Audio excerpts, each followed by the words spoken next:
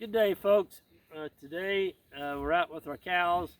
The cows are mowing the yard for us, and we decided we'd shoot some video out here. A whole bunch of really great questions that we've got from our YouTubers. Thank you all for the comments. Please keep them coming. We just enjoy all the comments. And anyway, Jan's real good at writing down a lot of the questions that y'all have, and so she's got a list of them. And this is going to be it. There's Jan waving at you. You got the calf back at you. I know. On you. But we're going to answer some of those tonight. So what's your first question tonight? Okay. Well, again, we're going to start off with the cattle since we're out here with the cattle. And so I see, do you have ticks problems with your cattle, and what do you do? Yeah, so some of the cows have ticks on them. One of the things that happens is, the ticks get pretty good size and they just fall off. I'm not going to go out here and pour and de-tick all these cattle. And I'm just not going to do it. And in Africa, Ian, he used to dip his cattle about every 2 to 3 weeks because the ticks in Africa are so bad that they eat the ears off the cattle. And Ian was going broke, dipping them. He finally told his wife, said, "I'm done, just not going to dip them anymore." And she goes, "Well, what's going to happen?" He goes, "Well, they're going to either die or they're going to live." And that calf is just unbelievable. Anyway, so he stopped de-ticking them, or putting all the diesel fuel and crap on them. Hey, you gotta go away. And when he did that, the animals were able to build up resistance against the ticks. And so that's been 20-some years ago, and Ian no longer de-ticks or, puts all this crap on them. Folks, anything you pour on those animals, as far as a petroleum product, it's going to get in your soil biology, and it's going to put you out of business. So don't do that. So, but how come we don't follow the cattle herd with guineas or chickens like that? Well, we tried guineas. We brought some guineas onto the farm, and they lasted about 2 days. And they disappeared, and they showed up about a month later, and then that was it. We never saw them again. The guineas wouldn't stay around. They wouldn't stay with their livestock. We had chickens for a while. We had a couple here that ran chickens. They were yeah. Yeah, and that didn't work out very well. The chickens just couldn't keep up with the cattle. And the chickens, I mean, they were a lot of work. And I'm not going to do something that doesn't pay. And in this area, we can't sell eggs very well. There's too many people selling eggs for $1.50, $2 a dozen. The cost of putting up pastured eggs in this area, the couple that was doing them here, I think their cost is $3.50 a dozen. Yeah. That was their cost. Not their labor. No, and they had to take them to St. Louis to sell them for $4 a dozen. Or $6. I'm not doing that. So that's why we don't run chickens. We're focusing on ruminants. They don't need grain. Chickens do need some grain, or most chickens do. There may be some heritage breeds out there that people are working on that don't need grain. I don't know. But if you're going to get very many eggs, they've got to have some kind of protein. Well, and we also move our cattle within 5, like they just got moved a mile. Well, yeah, and we're going to move them tonight again. When we get done here, they're done. There's not much left here to eat. We got almost 400 head in this yard. They got to be moved. So they've only been in here about 2 hours. So we're going to move them. We're going to get them out of here. But anyway, yeah, so that's what we're doing on the flies. Slick hides, slick oily hides on your animals. That really helps. Moving your animals constantly. Flies don't move much more than 100 yards from where they were hatched. So by moving ahead all the time, we're outrunning a lot of the flies. And chickens, it'd be hard to move them a whole mile down the road. Well, you can't. I mean, we're not set up for that. Right. We don't have wheels underneath our chicken pens. Yeah. So anyway, do our cattle or sheep eat the blackberries and multiple rose bushes, or do we spray those?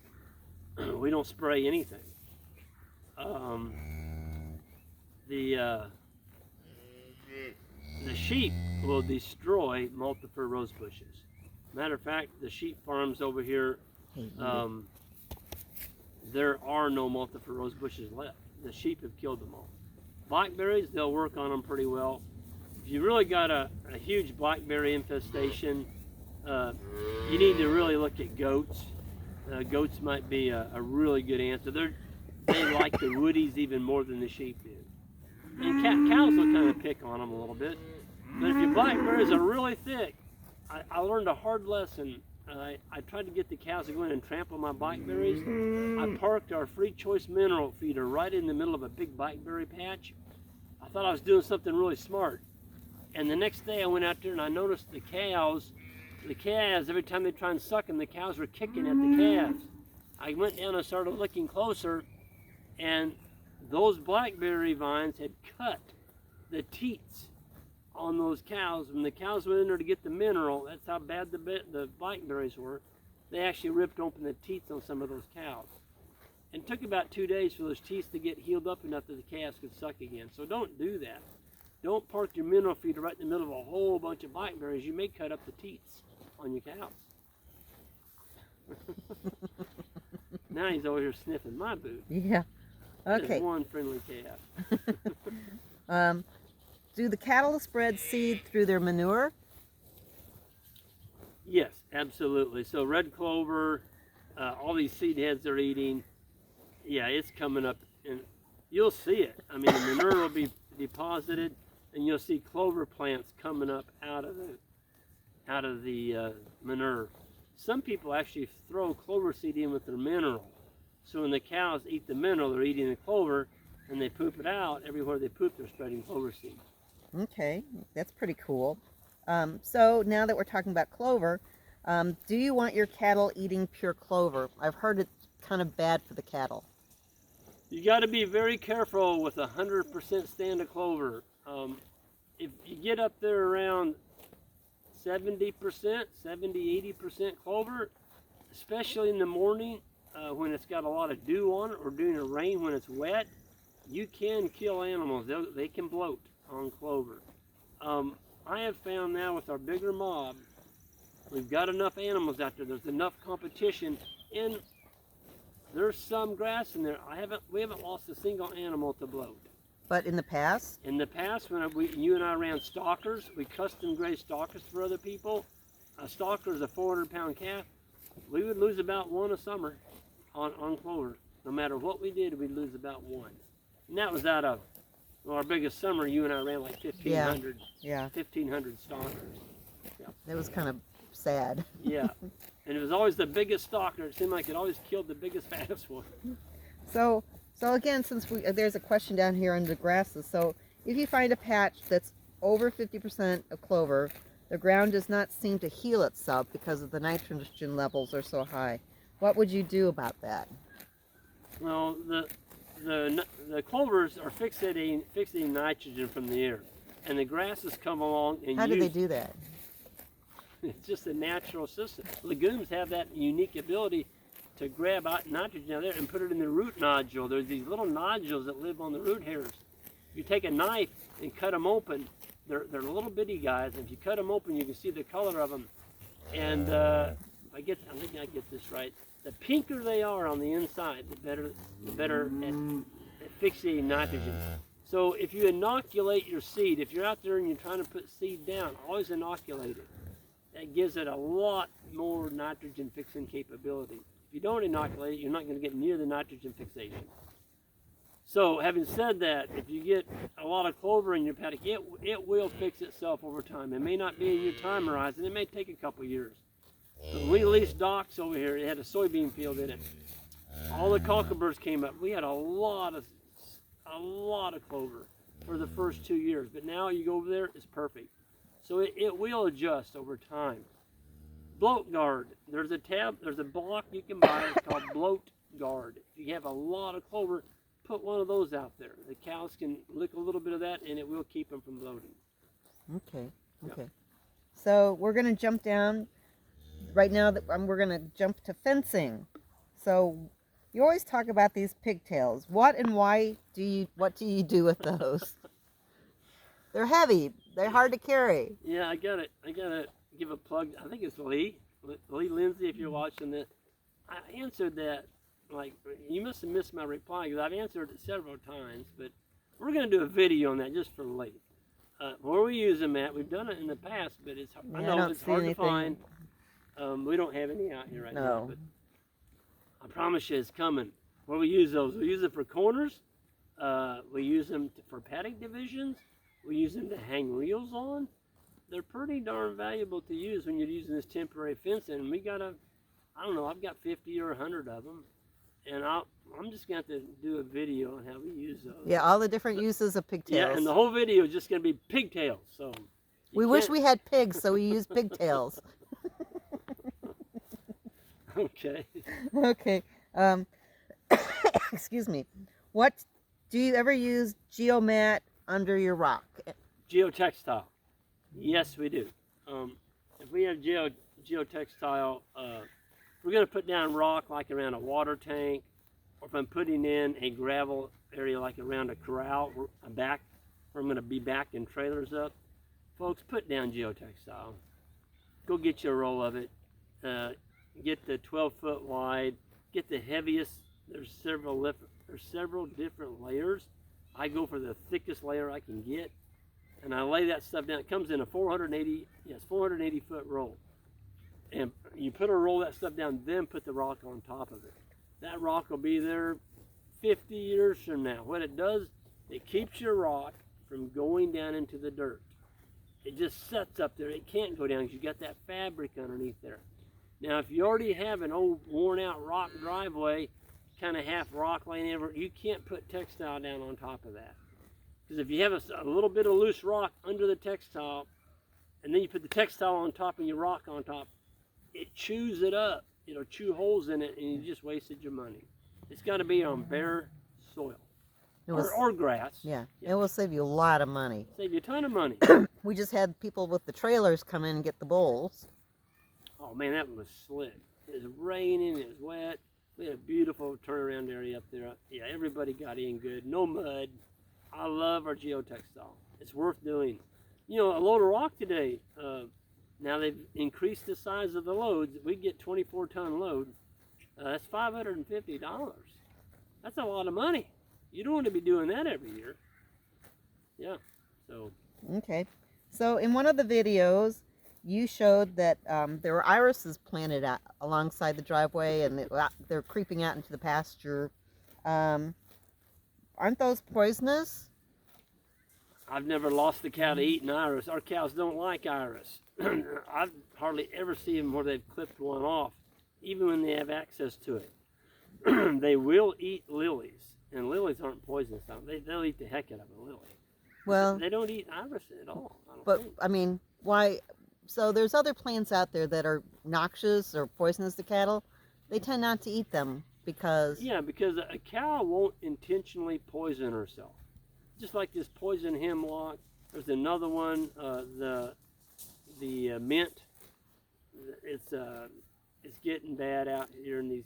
You hear people losing sheep to this wild mint. It's because they don't have anything else to eat. You move your animals, you give them a good sward of grass and clover every day with other cool season grasses mixed in there. They're not going to go out and eat this poisonous stuff. They're going to eat this. Yeah, the only reason they're eating it is, like you said, there's nothing else out there and they have to eat something. Yep, that's right. So, so what do you think about dandelions? Are you worried about them being in the pastures? No, I'm not worried about dandelions at all. That's just food. Our cows will eat them. Well, don't worry about dandelions. I hear people digging them up in their yard or digging them up in their pasture. Moles. Let's talk about moles. Okay, let's talk about moles. Everybody is freaked out about moles coming up. My goodness, don't worry about moles. They're a friend to you. They're aerating your soil. Yes, they have a little brown spot there, but where they mound up the dirt, but they're aerating your soil. So when you get a good heavy rain, you've got something there to hold your rain. Okay, and other critters use those holes too. So it's another species on the moles. farm. What? Another species on the farm. Yeah, the moles will feed the coyotes. Yeah, they're eating the grubs and the cicada larvae, and I'm telling you, folks, you can't get in this mindset that you just got to go out and kill everything. And I was there. I was that person years ago. I dang near went broke trying to kill everything. You can't do that. You get up in the morning, think about how you can work in sync with nature. You're going to be a whole lot better off. A whole lot better off. Yeah. So I think we've covered quite a few topics on that. It's a nice, cool night here. It's beautiful. I've got my sweatshirt I on. could almost use a jacket, and it's June. No, it's May I'm sorry, 30th. June. it's May 30th. Memorial Day's tomorrow. Yes. Memorial Day is tomorrow. And everyone have a happy and great Memorial Day. Remember Memorial Day, what we made it for, all the people before us. So yeah, I'm just so thankful we live in a nation that is where we are, and we get to do things that we can do, and yeah. And the people who have sacrificed for us. And the people that sacrificed for us, that's correct. So we used to put up flags on Memorial Day. Before we quit this, I want to give a plug. I worked in town with a guy, and his name was Ron Asdale. And Ron was in Vietnam War. He was a helicopter pilot over there. He got shot down twice. He was a true American, and I worked with him in town. And Ron really helped me in my job. I got kind of promoted into a job I didn't know a whole lot about. A very, very dangerous job. I was running a high current lab, 80,000 amps. And Ron took me by the hand and got me through it and got me started, and where I didn't hurt myself or anybody else. And Ron was the president of the local VFW. And so every Memorial Day, he would ask me if I could help him. We'd put up these holders for these flags, and the cemetery had like, It's amazing. It's the darndest thing you ever seen. It's in Centralia. Google it, Centralia VFW Day at Memorial Day. It's Beautiful. It's beautiful. There must be 800 flags, and they're big flags, in rows after row after row.